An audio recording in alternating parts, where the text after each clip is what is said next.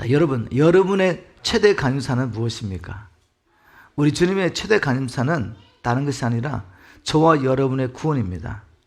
한번 죽는 것은 하나님 이미 정하신 것이고 그 후에는 반드시 심판이 있을 것입니다. 하나님께서는 우리가 육체를 벗고 난 후에 이 세상을 떠나는 바로 그 날에 하나님 나라에 들어갈 수 있도록 지금도 쉬지 않고 일하고 계십니다. 이 모든 성경 말씀은 바로 이 예수 그리스도를 통해 하나님 나라 이루어가시는 하나님의 구원 계획을 저희 계시하고 있습니다. 스가랴서도 예외는 아니죠. 스가랴는 우리가 앞에서 살펴본 것처럼 1장부터 8장에 나오는 8가지 환상을 통해서 하나님께서 어떻게 무너진 성전과 예루살렘을 회복할 것인지 그것에 대해서 증거했습니다. 이 하나님의 구원 계획을 증거했죠.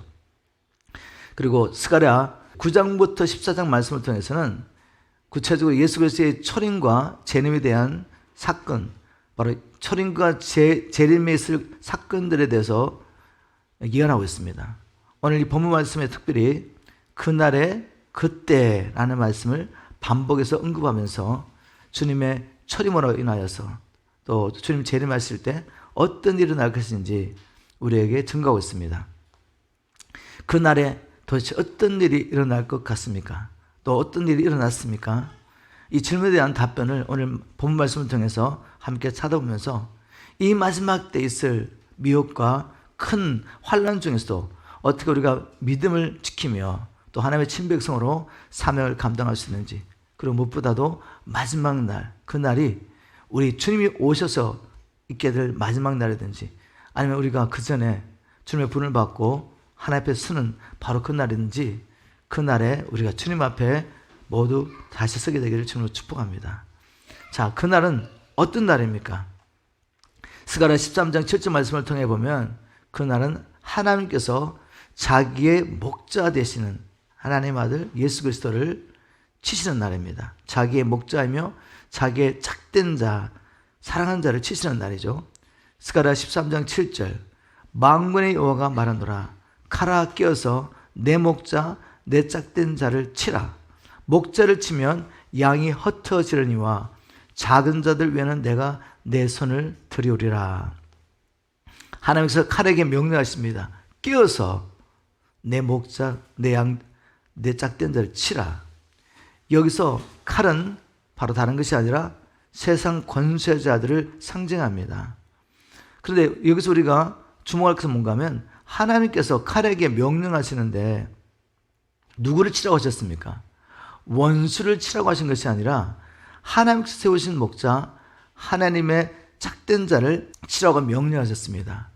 여기 내 짝의 원의 의미는 나의 가까운 동료라는 의미입니다. 그래서 NIV에서는 이 본문을 The man who is close to me 라고 번역했습니다. 즉 하나님께서 자기 백성을 위해서 세우신 목자이며 또 하나님의 가장 가까운 짝 동료인 예수 그리스도, 하나님의 사랑하시는 자 예수 그리스도를 치라고 말씀하신 것입니다. 왜 하나님께서는 원수를 치시지 않고 세상의 권세자들의 손을 통해서 자기 사랑하는 독자를 치라고 하셨습니까? 이제 오늘 본문 말씀을 통해서 그 이유를 찾아보겠습니다. 그날에 하나님께서 사랑하는 독자, 자기 백성을 세우신 목자를 치시는 그날, 자기 사랑하고 가까운 그 동료를 치시는 그날에 어떤 일이 날 거라고 스가랴는 예언하고 있습니까? 바로 오늘 요절 말씀 읽었던 스가랴 13장 1절 말씀이 일어나는 것입니다. 그날에 죄와 더러움을 씻는 셈이 다윗의 족속과 예루살렘 금연을 위하여 열리리라. 하나님께서 사랑하는 독자를 치시는 그날 죄와 더러움을 씻는 셈이 열리겠다고 말씀하셨습니다. 즉 죄인이 용서받을 수 있는 길이 열리게 됐다는 것이죠. 여러분, 우리에게 가장 시급하고 중요한 문제는 어떻게 하면 이 죄 문제를 해결하고 언제 우리가 하나님 앞에 서든지 하나님 앞에 섰을 때 어렵다움을 받는 것입니다. 인생은 육신의 죽음으로 끝이 나지 않습니다. 육신의 죽음이라는 것은 바로 영원한 세계로 들어가기 위해서 반드시 우리가 지나가야 될 관문에 불과한 것입니다. 문제는 우리가 이 세상을 떠나서 이 죽음이라는 관문을 통해 영혼에 들어갈 때 어디에서 영혼을 보느냐, 이것이 가장 중요한 것입니다. 성경은 한 번 죽는 것은 사람에게 정한 것이고 그 후에는 반드시 심판이 있다고 말씀하고 있습니다. 하나님의 심판 앞에 섰을 때 우리가 만일 죄인으로 판명을 받는다면 영원히 형벌받는 것, 불못에서 영혼을 보내야 합니다. 형벌받는 이 불못에서 영혼을 보내지 않고 하나님과 함께 하나님 나라에서 영혼을 보내기 위해서 우리가 반드시 해결할 문제가 있습니다. 그것은 바로 우리의 죄 문제 해결하는 것입니다. 이 죄 용서를 받고 하나님 앞에 섰을 때 너는 의인이다 라고 하나님의 인정을 받는 것이 가장 중요하고 시급한 일이죠. 그런데 문제는 죄인으로 태어난 우리가, 즉 본질상 하나님의 진노를 받을 수밖에 없는 이 죄인으로 태어난 우리가 어떻게 의인이라는 판명을 받을 수 있냐 말이죠. 예를 들면은 사람이 자력으로 스스로의 힘으로는 어떤 방도를 통해서도 우리가 의롭다움을 받을 수 없다. 즉 죄인이 의인되는 것은 불가능하다라는 것을 이렇게 표현했습니다. 예레미야 13장 23절 보라 구스 사람이 에디오피아 사람이죠. 구스 사람이 자신의 검은 피부색을 바꿀 수 있느냐?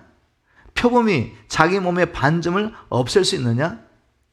만일 그렇게 할 수 있다면 악에 물든 너희도 선한 일을 행할 수 있을 것이다.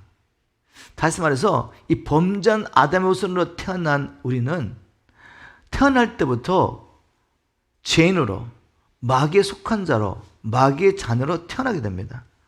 본질상 죄인이요 마귀의 자녀된 우리가 어떻게 이 본질이 바뀌어서 의인이 되며 그리고 하나님의 백성이 될 수 있냐 이 말이죠. 이것은 불가능한 일입니다. 우리 스스로의 문화는 인간의 어떤 노력으로도 어떤 경건한 훈련을 통해서도 바뀔 수 없는 것이 본질이죠. 우리의 본질은 바뀌지 않습니다.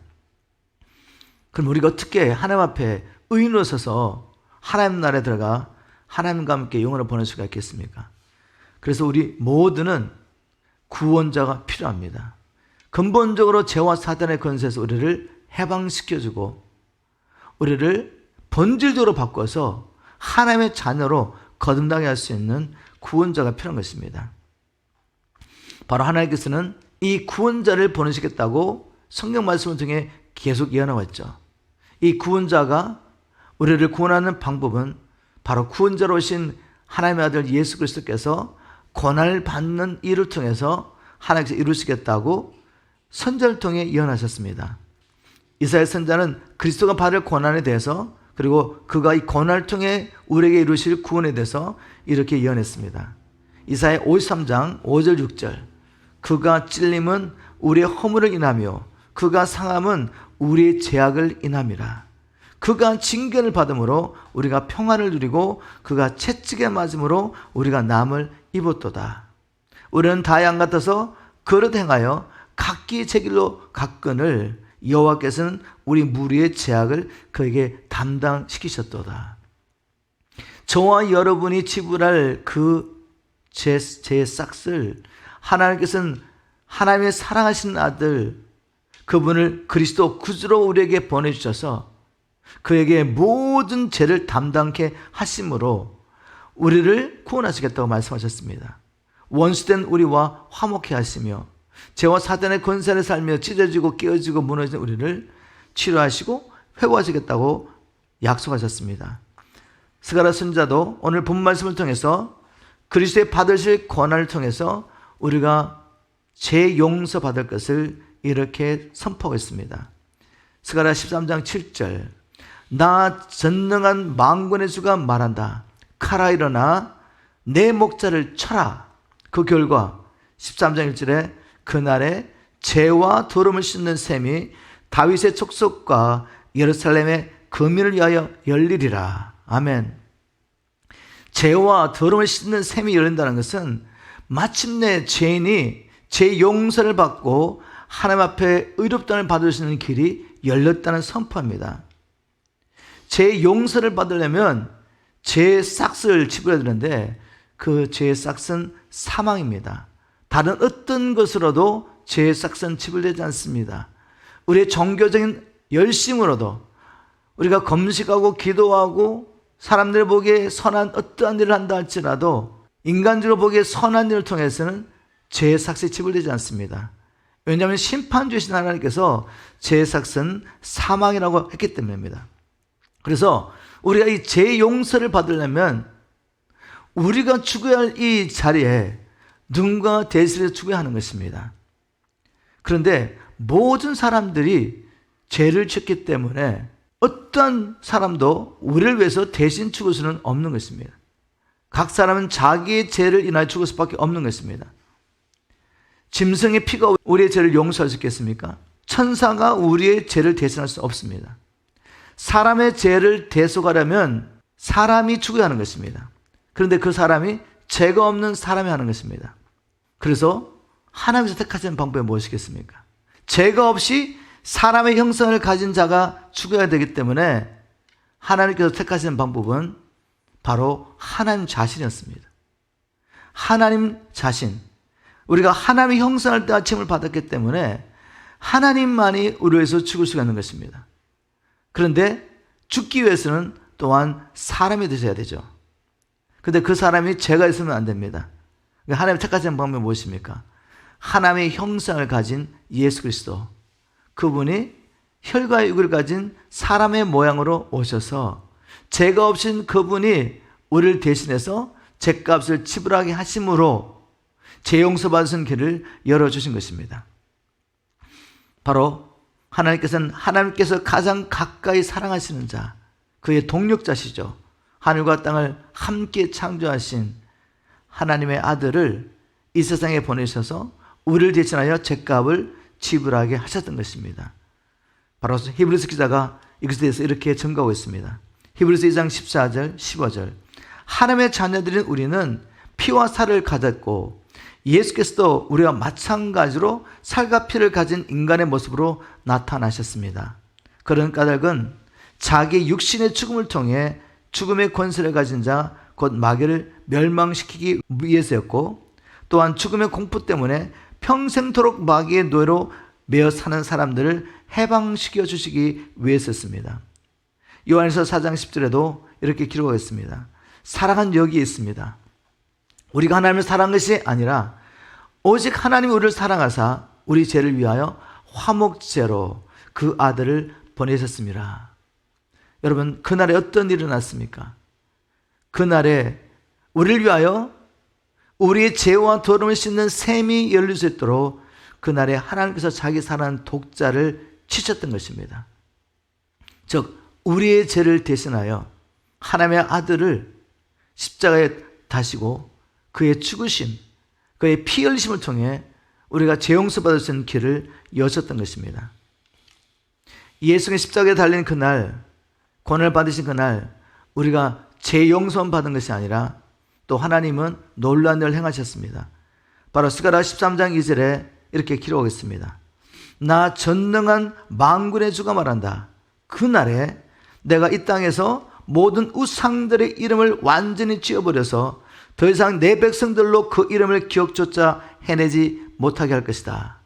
또한 그날에 내가 거짓 예언자들과 더러운 귀신들도 이 땅에 모조리 썰어버리겠다. 여러분, 죄 용서를 받는 것 너무 중요하죠. 그런데 또 다시 우리가 유혹을 받고 죄를 짓게 된다면 어떻게 되겠습니까?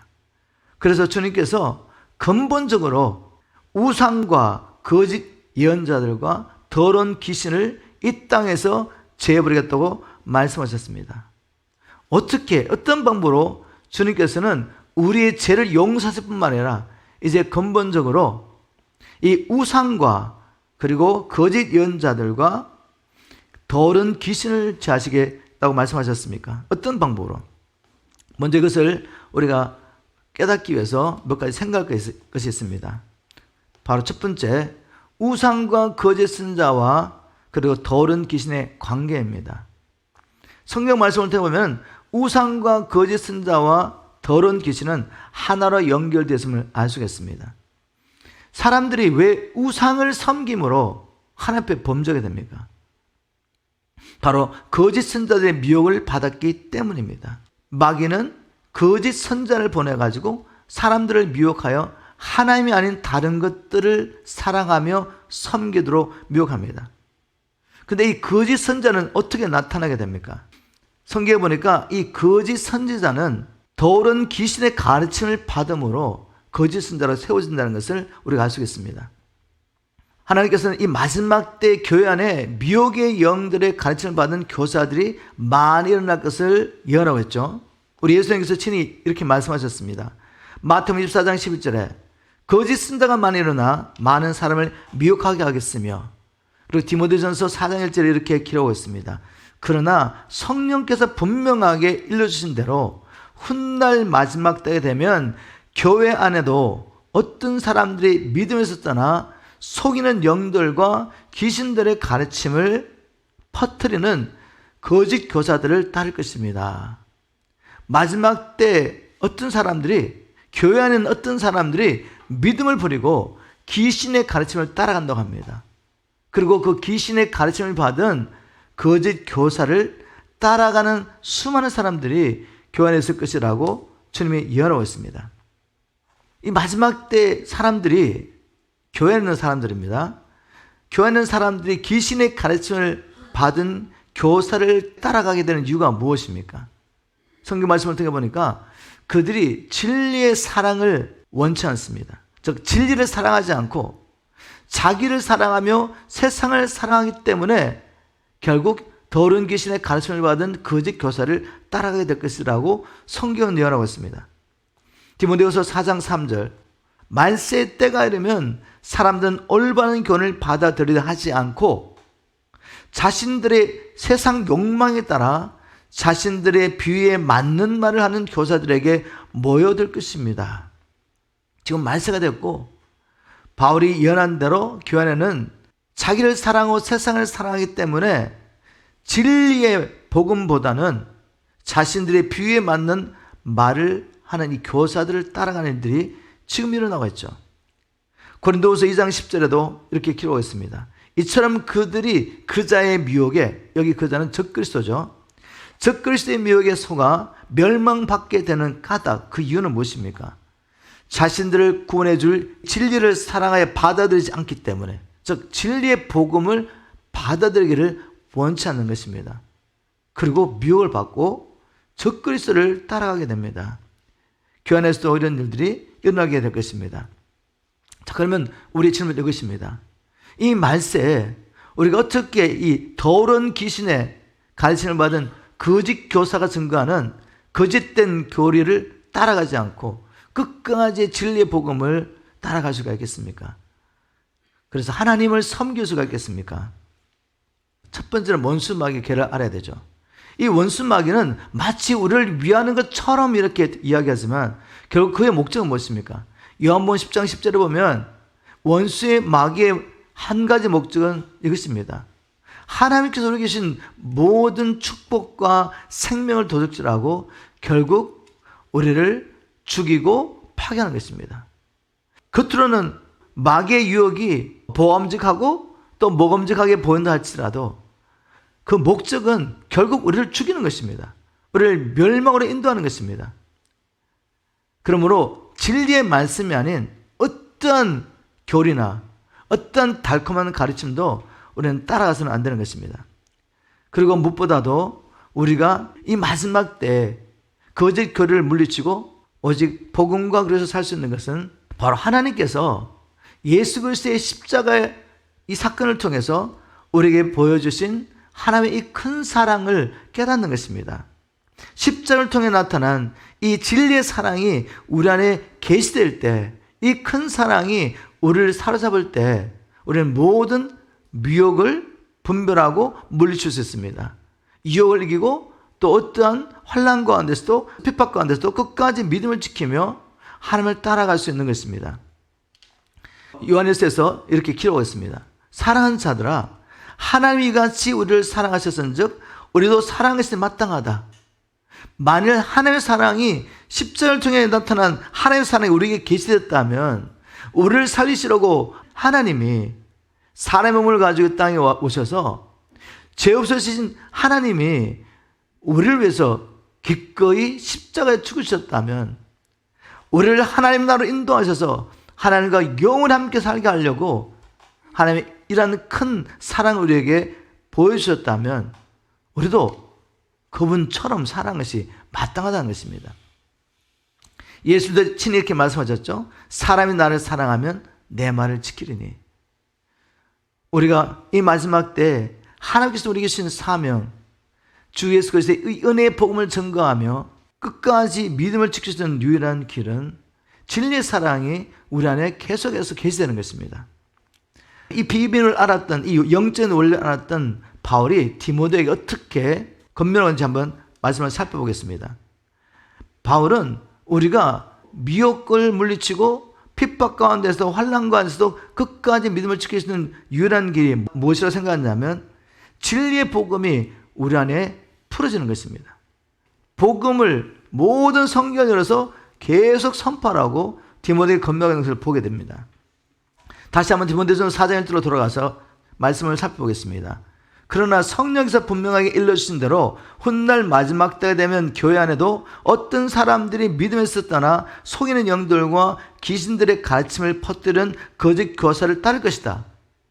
이러한 때 영혼을 돌보는 주의 종들이 어떻게 성도를 도와줘서 그들이 미혹을 받지 않게 할 수 있겠습니까? 바울은 계속 이렇게 말합니다. 디모데전서 4장 7절 다만 그대는 경건에 이르도록 영적인 훈련을 게을리하지 마십시오. 먼저 디모데에게 명령합니다. 주의 종들에게 그대는 경건에 이르도록 영적 훈련을 게을리하지 마십시오. 만일 주의 종이 영적 훈련하는 일에 게을리하게 되면 이제 끝입니다. 끝. 여러분을 도와줄 수가 없어요.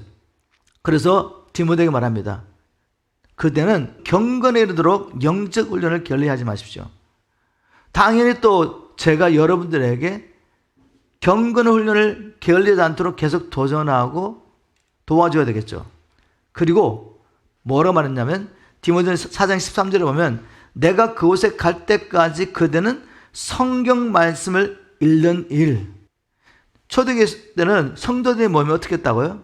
성경 말씀을 읽어주고 그냥 있는 성경 말씀을 그대로 읽어주는 것이죠. 그리고 이 말씀 의미가 뭔지 간단하게 설명해 줬습니다. 이렇게 성경 말씀을 읽어주고 성도들을 말씀을 통해 권면하고 가르치는 일에 온전히 힘쓰도록 하십시오. 그렇게 함으로 그대는 그대 자신을 구원한 것은 물론이고 그대의 말씀을 따르는 사람들도 구원할 것입니다. 자, 문맥에 들어보면 어떤 문맥에서 이렇게 말씀했죠? 마지막 때 교회 안에 있는 수많은 사람들까지 미혹해서 이 구원의 길에서 떠나게 할 거짓 교사들이 많이 일어날 거라는 것이죠. 이런 때 저희 종에게 명령합니다. 권면하고 또 명령하죠. 너는 경건하도록 영적 훈련을 게을리하지 마라. 그리고 다른 어떤 것보다도 성도들에게 하나님의 말씀을 열어서 읽어주고 그 말씀을 통해 권면한 일에 또 가르치는 일에 힘써가 말합니다. 바로 이런 일을 통해서 너도 구원을 받고 또 네게 맡기신 영혼들이 구원을 받게 될 것이다 라고 말하고 있습니다. 자, 디모데 후서에서도 동일한 메시지를 바울이 디모데에게 전하고 있습니다. 디모데후서 4장 2절에 그대는 말씀을 전파하십시오. 때를 가리지 말고 언제든지 항상 하나님의 말씀을 힘써 전파하십시오. 또 끝까지 오래 참고 견디는 가운데 신도들을 잘 가르쳐 허물을 바로잡고 책망하고 격려하십시오. 왜 바울은 다시 두 번째 편지, 디모데에게 보낸 두 번째 편지에서도 다른 것이 아니라 말씀을 가르치라고 항상 하나님의 말씀을 힘써 전파하고 성도를 가르치고 허물을 잡아주고 책망하고 격려하는 일을 쉬지 말고 하라고 말하고 있습니까? 그 이유는 그 뒤에 나오죠. 디모데후서 4장 3절 말세 때가 되면 사람들은 올바른 교훈을 받아들여 하지 않고 자신들의 세상 욕망에 따라 자신들의 비위에 맞는 말만 하는 교사들에게 모여들 것이기 때문에 여러분 오늘날 이 말씀이 우리에게 임하고 있습니다. 응하고 있습니다. 우리는 교회 안에 수많은 거짓 교사들이 자신들은 아마 인식하지 못할지라도 성경 말씀을 보면 더 옳은 귀신의 가르침을 받은 자들이 하나님의 말씀을 왜곡하여 이 진리의 복음이 아닌 다른 복음을 증거하는 것은 우리는 알고 있습니다. 수많은 사람들이 이 다른 복음을 따라가고 있다는 거죠. 왜? 그들이 하나님을 사랑하기보다는 자기를 사랑하고 세상을 사랑하기 때문에 자기 길을 즐겁게 하는 교사들을 따라가다 보니까 미혹을 받고 거짓 복음에 빠져서 결국 어떻게 된다고요? 멸망할 수밖에 없습니다. 이럴 때 하나님께서 오늘 이 말씀을 통해 우리에게 주시는 도전과 격려와 위로의 말씀은 뭔가 하면 다른 어떤 것보다도 하나님의 말씀을 읽고 그 말씀의 의미가 무엇인지 성령의 빛을 통해 깨닫고 이 진리의 복음을 따라 살아가는 것입니다. 모든 성경은 하나님께서 우리를 사랑하셔서 독생자 예수 그리스도를 통해서 우리를 구원하신 구원 계획에 대한 이야기죠. 복음을 통해 나타난 이 하나님의 사랑이 우리에게 계속해서 계시되는 것만이 우리가 끝까지 믿음을 지키는 유일한 길입니다. 미혹에서도 또 장차에서 큰 혼란과 핍박 가운데서도 끝까지 믿음을 지키는 방법이 바로 이 방법밖에 없는 것입니다. 이 말씀을 마음에 새기시고 경건을 훈련하며 모일 때마다 하나님의 말씀을 열어서 다른 이야기가 아니라 하나님께서 예수 그리스도 통해서 우리를 사랑하심으로 어떻게 구원을 이루어 가시는지 이 하나님의 구원 계획이 또 하나님의 사랑이 우리 안에 풀어지기를 주님으로 축복합니다. 또 그날에 어떤 일이 있을 것이라고 스가랴는 예언하고 있습니까? 하나님께서 정하신 그날에 이 땅에 큰 환란이 있을 것입니다. 그 환란을 통해 남은 자들은 연단을 받고 하나님의 백성으로 인정을 받게 될 것이라고 스가랴는 예언하고 있습니다. 스가랴 13장 8절 말씀이죠. 여호와가 말한다. 이 온 땅에서 3분의 2는 멸절하고 3분의 1은 거기 남으리라. 이 땅에 3분의 2가 죽는답니다. 그리고 3분의 1만 남을 것이다. 계시의 말씀을 통해서 우리는 사도 요한도 동일한 사건에 대해서 예언하고 있는 것을 알 수가 있습니다. 계시 6장 8절 내가 보매 청황색 말이 나오는데 그 탄자 이름은 사망이니 음부가 그 뒤를 따르더라. 저희가 땅 4분의 1의 건설을 얻어 금과 흉룡과 사망과 땅의 짐승으로서 죽이더라. 주님께서 네 번째를 뗐을 때 땅의 4분의 1의 사람들이 여러 가지 방법을 통해서 죽임을 당할 것을 예언하고 있습니다. 또 계시록 9장 18절에도 이렇게 예언하고 있습니다. 이 세 재앙 곧 저희 입에서 나오는 불과 연기와 유황을 인하여 사람 3분의 1이 죽임을 당하리라. 이런 저런 일을 통해서 수많은 사람들이 이 마지막 때 있을 환난 가운데 재앙 가운데 죽게 될 것을 성경 예언하고 있습니다. 그러나 또 성경 뭘 예언하고 있냐면 이 환난 중에도 죽지 않고 살아남은 3분의 1은 이 환난을 통해 연단을 받고 하나님의 백성으로 인정받게 될 것을 이렇게 예언하고 있습니다. 스가랴 13장 9절 말씀이죠. 내가 그 3분의 1을 불 가운데 던져 은같이 연단하며 금같이 시험할 것이라. 그들이 내 이름을 부르리니 내가 들을 것이며 나는 말하기를 이는 내 백성이 할 것이요 그들은 말하기를 여호와는 내 하나님이시라 하리라. 스가랴 말씀뿐만 아니라 모든 성경 말씀이 우리가 하나님 나라에 들어가기 위해서 많은 시련을 통해 연단을 받아야 한다고 가르치고 있습니다. 그래서 구원의 거리를 지적으로 깨닫고 이해하고 동의하고 입으로 예수를 주로 신한다고 해서 다 하나님 나라에 들어가는 것이 아니라고 성경 분명히 말하고 있습니다. 오직 믿음의 신을 통해서 그 사람의 믿음이 참 믿음인 것이 인정된 사람만이 하나님 나라에 들어가게 된다고 가르치고 있죠. 사도행전 14장 22절에 바울은 이렇게 말했습니다. 제자들의 마음을 굳게 하여 이 믿음에 거하라 권하고 또 우리가 하나님 나라에 들어가려면 많은 환난을 겪어야 할 것이라 라고 권면했습니다. 제자들을 권면하면서 우리가 하나님 나라에 들어가려면 많은 환난을 통과해야 되기 때문에 끝까지 인내하고 믿음을 지키라고 바울이 권면하고 있습니다.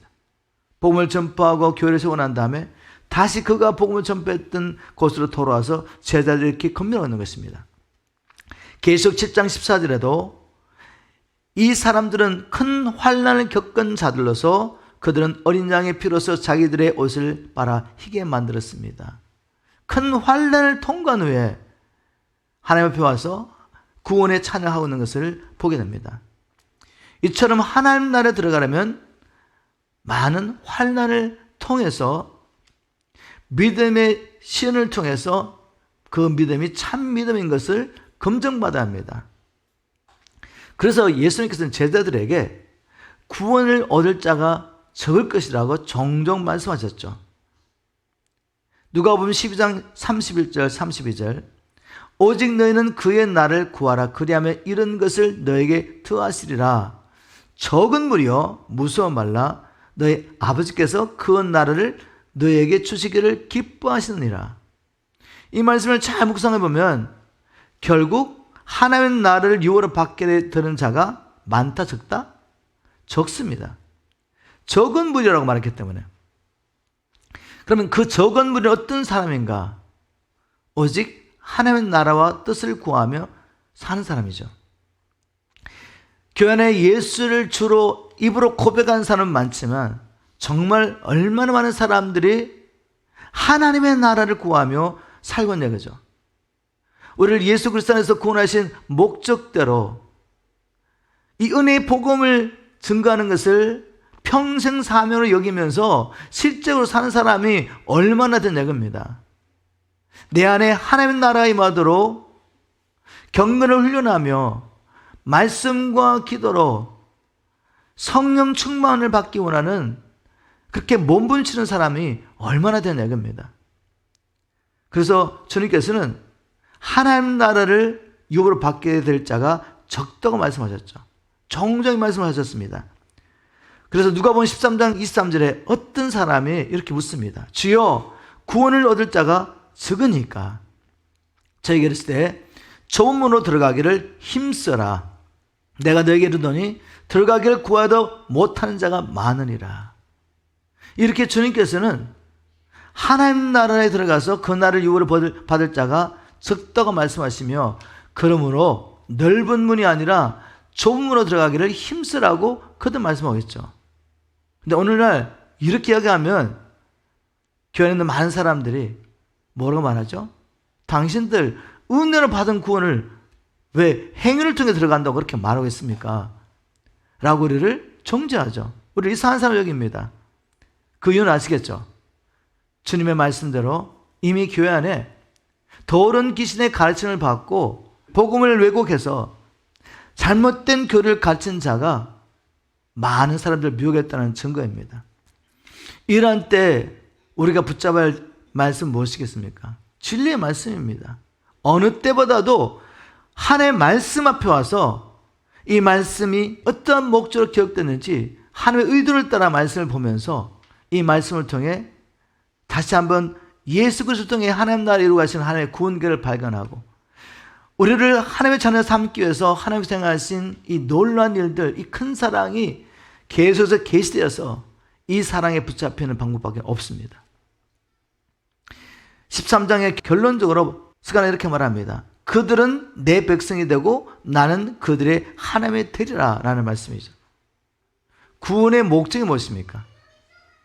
우리가 하나님의 백성이 되고 하나님은 우리의 하나님이 되는 것입니다. 우리가 하나님의 통치를 받는 것입니다. 그래야지 영원히 살 수 있기 때문에, 그래야지 하나님 나라에 들어갈 수 있기 때문에, 하나님의 통치를 거부하는 자가 어떻게 하나님 나라의 백성이 될 수가 있습니까? 우리가 하나님의 통치를 받는 하나님의 백성 되게 하시려고, 하나님의 말씀에 순종하며 오직 하나님만을 사랑하는 자 되게 하시려고 주님께서는 우리에게 독생자 예수 그리스도를 우리를 위한 화목제물로 주심으로 주님의 그 큰 사랑을 먼저 우리에게 계시한 것입니다. 하나님의 백성을 일으키는 이 역사, 이것이 성경의 주제이며 하나님께서 예수 그리스도 안에서 이루어가시는 하나님의 나라의 역사입니다. 그러므로 수천이 넘는 인류 역사는 다른 말로 하면 하나님께서 자기의 백성을 일으키는 역사인 것입니다.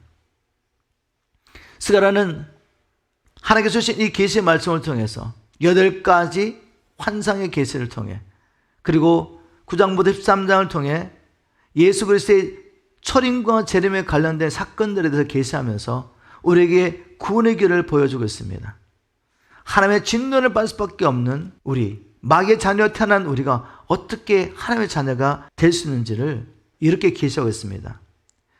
왕이신 예수 그리스도께서 나귀를 타고 입성하심으로, 또 그 그리스도께서 은 30에 팔리심으로, 그리스도께서 우리를 위하여 치심을 당하심으로, 그로 말미암아 죄와 도름의 샘이 열리게 되므로, 하나님께서 우리에게 은총과 강구의 영을 부어주심으로, 애통하는 회개와 연단의 심을 통과함으로 이 일이 가능하게 되었다라고 우리에게 하나님의 놀라운 구원 계획을 선포하고 있습니다.